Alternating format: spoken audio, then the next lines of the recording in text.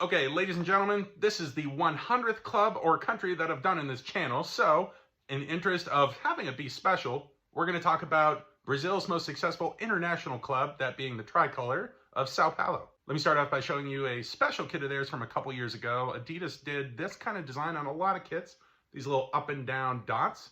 The badge you'll see here has the Tricolor, a nickname for them, of red, white, and black, which they snagged from the two clubs that they merged together way back in the day in order to form the club. I love the look of this blue kit. It's a pretty cool third one they did a couple seasons ago.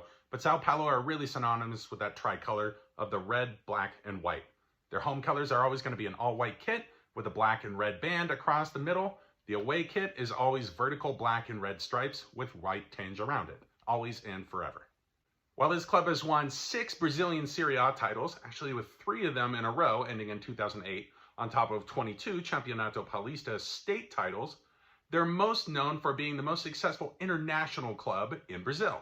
In South American competitions, they've won the Copa Libertadores 3 times, with the last coming in 2008, as well as the second-tier competition, the Copa Sudamericana, in 2012, being their only title there. They've won the Recopa Sudamericana 2 times, that being the Super Cup for the continent. It's the match that's between the Libertadores and Sudamericana winners from the previous season. It's the curtain raiser for the following season. To cap off their 12 international titles, they have won the FIFA Club World Cup 1 time, and their most coveted titles being from 92 and 93 when they won the Intercontinental Cup back-to-back against Barcelona and AC Milan. If you're paying attention to dates there, you can tell there were 2 periods of success for Sao Paulo that are really important, with the first being that 90s stretch of the 2 Intercontinental Cups we mentioned. They won Serie A 1 time. On top of that, they won the Copa Libertadores and then the Recopa in the following years 2 times. On top of all of that, this was the stretch for Tele Santana as the manager for the club, where he finally found success that he had been missing for the Brazilian national team, seeing as he managed them to 2 World Cups, but not a victory in 82 and 86. All of this culminating in 1993, where they won a rare treble on the South American continent, meaning they won the Copa Libertadores, as well as Super Copa Libertadores, and the Recopa Sudamericana.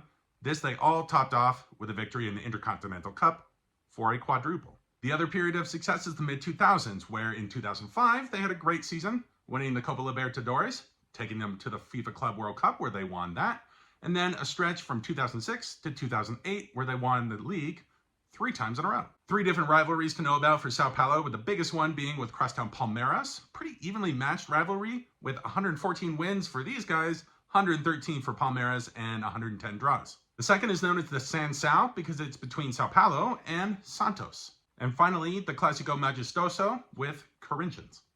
Let's take a look at a couple former players with a name synonymous with Sao Paulo, being Rogério Ceni, who was their goalkeeper for almost 25 years, stretching those 2 periods of 1990s and mid-2000 success. He was one of the greatest goalkeepers to ever play the South American game. He scored 131 goals as a goalkeeper because he was a great penalty kick taker and free kick taker. On top of all that, he played almost 1,200 games in the league for the club. The second name has to be Hai, the most important attacking talent from that early 90s success. He moved to PSG afterwards, becoming one of their most important players. This guy was an attacking highlight reel with some of the most incredible goals you will ever see scored. Fun little side fact is he was the younger brother of Brazilian Socrates. And to show you that Sao Paulo's academy is one of the finest in the world, let me name you just 2 players that have come through it: Kaká and Cafu. These are 2 of the finest Brazilians that have ever played the game. 2 players to look out for in their current squad. I recommend you start watching Serie A because this is a great footballing fix now that the European leagues are over. The first man is Jonathan Calleri. He's their captain and main goal-scoring threat. The second man is also a goal-scoring threat, although he also has more of the ability to present opportunities, not just put them away. This being Luciano, who's been kind of a journeyman in Brazilian football, having played at Grêmio, Fluminense, and Corinthians in the last decade, but only started really bagging the goals once he landed here at Sao Paulo. So thank you to everybody who's been along with me for 100 different videos on clubs and countries so far. I hope you enjoyed this one about Sao Paulo from Brazil.